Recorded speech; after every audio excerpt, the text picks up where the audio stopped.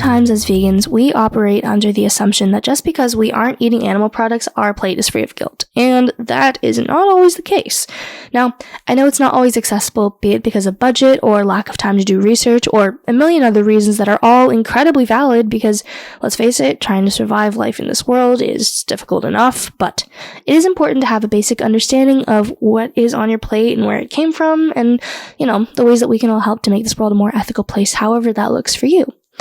Federally, undocumented farmers make up around 56% of workers, so the food and produce sector in the United States is worth more than $1 trillion, and to put that into perspective for you, here in California, where the agriculture sector produces around $49.9 billion a year, around 75% of those workers are undocumented. Now, under the Immigration and Nationality Act, or INA, it's illegal to discriminate against any worker regardless of their citizenship status. However, in the land of the free and the home of the brave, there are 1 billion loopholes and booby traps that can keep undocumented folks from gaining citizenship and deliberately ensnare them in this gray zone in order to further exploit them. And the complications with the immigration process could be a whole separate video, but I digress. As well as the loopholes that employers can use to ensure unequal and often abusive conditions, including the ability to withhold back pay, sick days, workman's comp, and, other basic ethical conditions. But how can you help?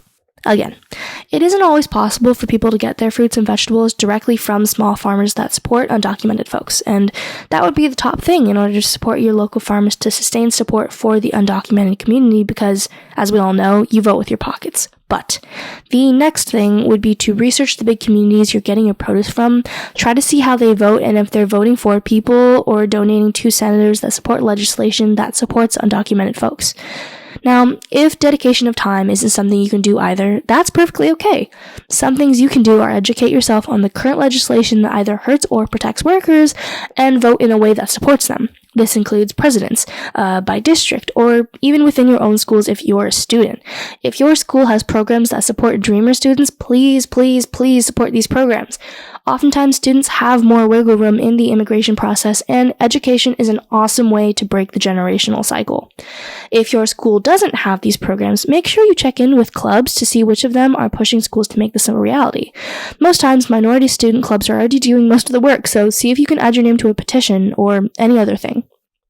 I chose strawberries because here in California, as one of the biggest strawberry producing states in the US, strawberry season is about to hit its peak. Harvest starts in January and goes until late May, peaking in April. It's hot, labor-intensive work for such small, delicate fruit, and that shouldn't go unnoticed. So, in the spirit of Valentine's Day, I chose strawberries and chocolate to be my flavor for this month. It is so, so, so important to give some love to the people that are keeping us fed and show our appreciation in the best way we can by making sure they stay protected in order to thrive instead of survive.